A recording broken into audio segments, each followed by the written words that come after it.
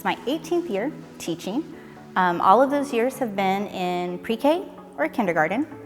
I did not grow up always thinking I was going to be a teacher. I always knew that I wanted to work with kids, but I went to work for a grant program, and we worked with the whole family. And it was there, I was in charge of preparing a preschool program for their kids. But it was there that I realized, I was like, hey, I think I want to be a teacher. Miss King lets us go outside 2 times. She lets us do hiking. You go to family meeting and do your work, but you don't go to station. You only copy what Miss King does, because she wants us to stay happy. One of the most special things about Mrs. King is that she understands the very delicate developmental level that our students are on.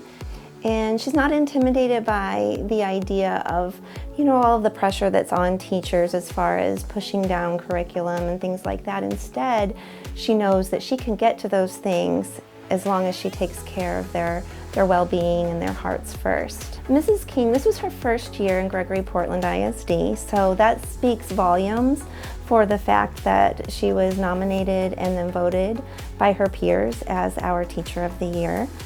I think that comes from the way she gracefully makes everyone feel welcome around her, and she shares ideas and her knowledge without being overpowering or thinking that it's the only way.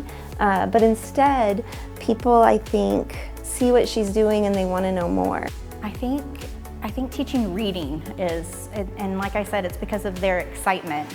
They come to school at all different levels, and some kids don't have confidence in themselves, and they're like, oh no, I can't do that, I can't read. But then the first time that they blend those sounds together and they put them together and realize they read a word, their little eyes light up and their jaw drops in surprise and things like that. And then watching the kids also be excited for each other. I think that's a pretty amazing thing that happens in our classroom too. I was happy when I met Miss King. My aunt met her at the dollar store, and when I know Miss King, the King starts with a king. We get the Wildcats, and it's more fun than we did it. Miss King, thank you for having us here. She cares so much about all of her students. She has songs for everything. When she comes and picks them up from fine arts, I know she's coming, and you can tell she takes her time to know each and every one of her students. And she lets us know, hey, what works great with this kid is, they love music, or this student loves art. And we can kind of pull on that to make sure that we're getting a good relationship like she has with their students. I'm like, have you ever been to a children's museum? That's what this school is like. We don't call our class a class.